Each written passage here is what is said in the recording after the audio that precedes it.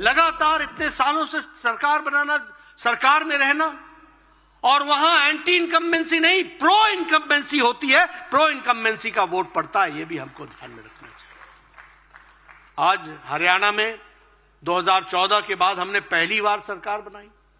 मुझे याद है जब मैं हरियाणा के चुनाव के प्रचार में जाता था, हम बोलते थे सरकार बनाएंगे, तो 2014 के पहले लोग हमारा उपहास करते थे, कहते थे तो साहब आप पूरी सरकार बनाएंगे। सोचते थे कि संभव नहीं है। लेकिन 2014 के बाद हमारी सरकार बनी और फिर से 2019 में दोबारा हमारी सरकार बनी। यह हरियाणा में हुआ है। असम में हम कभी कल्पना नहीं कर सकते थे कि हमारी सरकार बनेगी, कभी कल्पना नहीं कर सकते थे। पूर्व का इलाका सोचते थे यहां 20 सीटें आ जाएंगी। मैं चुनाव, मुझे याद है 2014 का भी चुनाव, 2012 का भी चुनाव याद है, 2011 में भी हमको याद है असम में हमारी क्या स्थिति थी।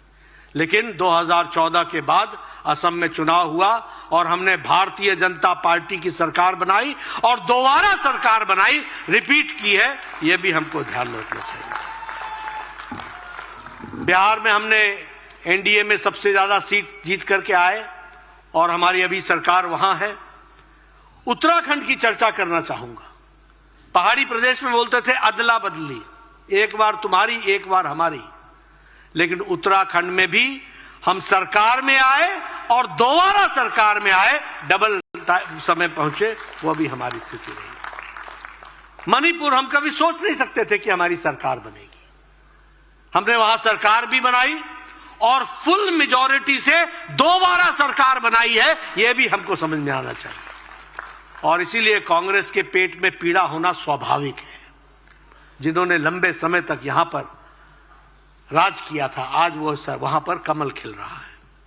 अगर मैं मेघालय त्रिपुरा की बात करूं तो कभी सोचा नहीं था कि त्रिपुरा में सरकार आएगी, लेकिन त्रिपुरा में सरकार आई और वो जो पलटने की बारी थी वो पलट दी उन्होंने। और पलटने के बाद कांग्रेस और कम्युनिस्ट दोनों मिलकर के हमारे खिलाफ लड़े, तब भी त्रिपुरा में भारतीय जनता पार्टी की सरकार आई और वहां हमको सरकार बनी। मेघालय में हमने सरकार बनाई एनडीए की। नागालैंड में हमने फिर से हम आए, वहां हमने अपनी सरकार बनाई। तो इसलिए सरकारों का सिलसिला हमारा चलता रहा।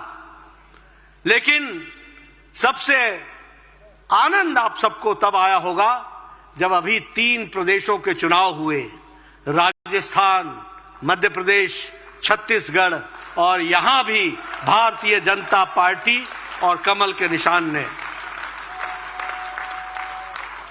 यह सब संभव हुआ है, यह सब संभव हुआ है क्योंकि लोगों ने प्रधानमंत्री मोदी जी पर विश्वास किया है।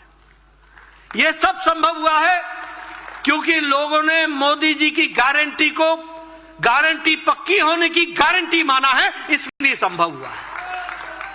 और उन्होंने प्रधानमंत्री मोदी जी के कार्यक्रमों को और कार्यक्रम के साथ साथ उनके किए गए कार्यों को मुहर लगाई है, वो भी हम सब लोगों ने देखा है।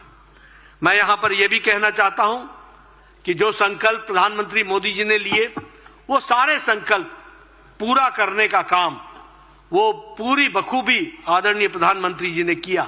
और उसी कारण से गांव को मजबूती आई, गरीबों को ताकत मिली, दलितों को सम्मान मिला, महिलाओं का सशक्तिकरण हुआ, किसानों को मुख्य धारा में शामिल किया और शोषित वंचितों को विश्वास पैदा हुआ कि अब वो शान से जी सकते हैं। यह परिस्थिति आकर के खड़ी हुई है और इसलिए इन 3 चुनावों में भी हमको जीत हासिल हुई है।